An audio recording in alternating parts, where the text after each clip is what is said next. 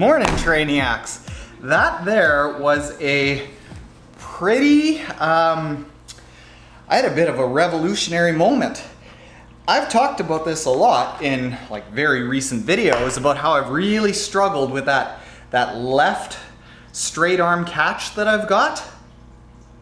I know what the answer is. And even if you don't have one of these swim spas, I know how you can figure out the answer to your swim faults. Oh man, I did some good thinking in there.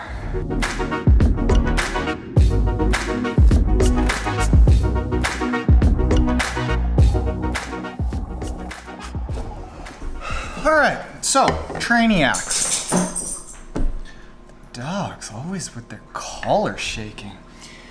Why you might not be getting better at your swimming is, well, a number of reasons. Number one, if you aren't yet under, let's call it 145 per 100 meter or yard pace, kind of interchangeable, I highly recommend a phenomenally rated, all 5-star reviews on Amazon triathlon swimming book, Triathlon Swimming Foundations by a really good looking author. That's gonna address a lot of the very basic issues that are holding you back from getting to that like proficient level of swimming, 145 per 100 thereabouts. But let's say you're under that, somebody like me who in a race is under that 145 and you're working on the same problems year after year after year and not making a huge ton of progress.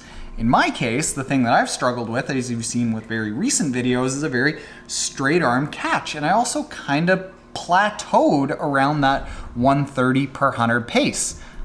I want to show you something that blew my mind when I saw it. It was like, wow. 5 strokes it took to fix something. 5 strokes. All right, so I want you to take a look at this here. This footage is from me just last week. This is like 8 days ago. Look at that left arm. I want to show you the right arm where that nice catch is at that really good, like bent elbow, nice and forceful kind of position. Very good, but I have always struggled with that left arm being way out there to the point that at its most, it's still almost a straight arm. Now, here's where things got really cool. This was a video for me just yesterday. Take a look at that right arm. Same thing, everything's good, but take a look at the left arm now. Watch it. Bam! Oh, am I right or am I right? Look at this. All of a sudden, we got, it might even be just a little bit too bent. Now that I think about it, look at this. Yeah, that's probably even a little bit too bent. And when this happened, it was 5 strokes into a swim. 5 strokes. Within 5 strokes, I was able to go from a totally straight arm to a nice bent arm, nice and powerful, after years of not being able to fix it. Allow me to explain. Man, I'm pumped about this. Does it show? All right, so once you've dealt with the basics, the getting a hold of your breathing, the making sure that your legs aren't sinking, the making sure that you're not wiggly, you start getting into more nuanced issues with your swim. It's bent elbow, is your hand pushing back or is it pushing out? Are you having a slight crossover and then having to move sideways? All these little things that I'm working through, that a lot of people are working through, that are very, very hard to fix. And here's why. When we get into the water, we're borderline weightless. Somewhere around 90% of our weight gets displaced. And I want to explain why that's such a big issue. Do this. So what I want you to do is just stand up and at home, have somebody press down on your shoulders. Like just go like this, press right down. What you're gonna notice is your core kind of tightens up, you tense up. Now, if people aren't pressing down and you're just standing, you're still gonna be able to tense up and hold that nice tight frame. So then here's what I wanna show you. Practice that tightening up, that feeling of being nice and tense.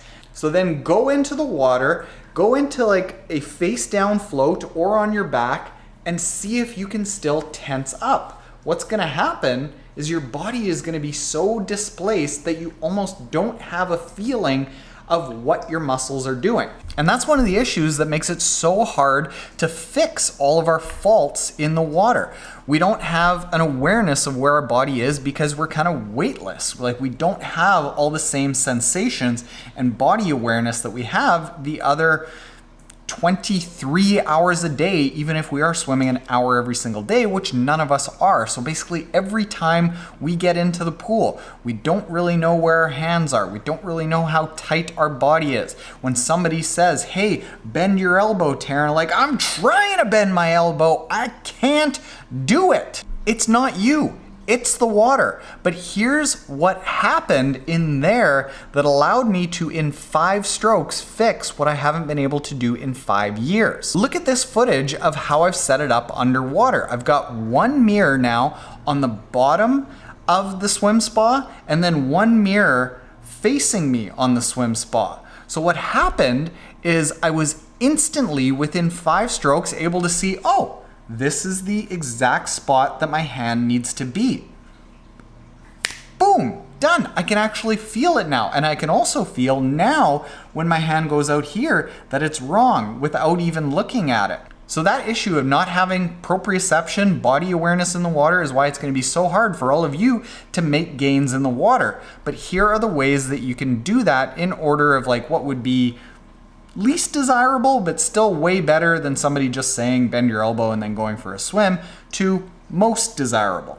Now the first option that you can do is videotaping yourself and sending that footage away to a swim instructor, or doing the analysis yourself and seeing what your faults are if you know what you're looking at.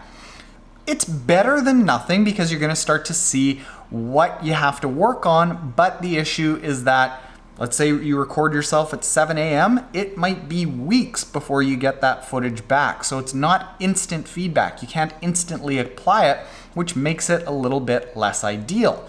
The next option that you can go with is videotaping with almost instant feedback.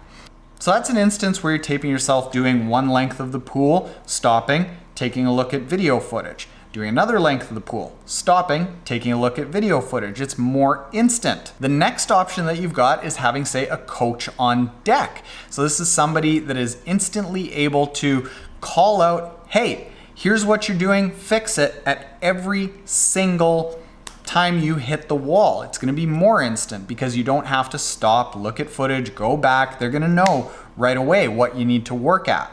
The next even upgraded option, this is where it starts costing a little bit of money, but ends up being fairly valuable if you're looking to gain seconds and money isn't an option for you.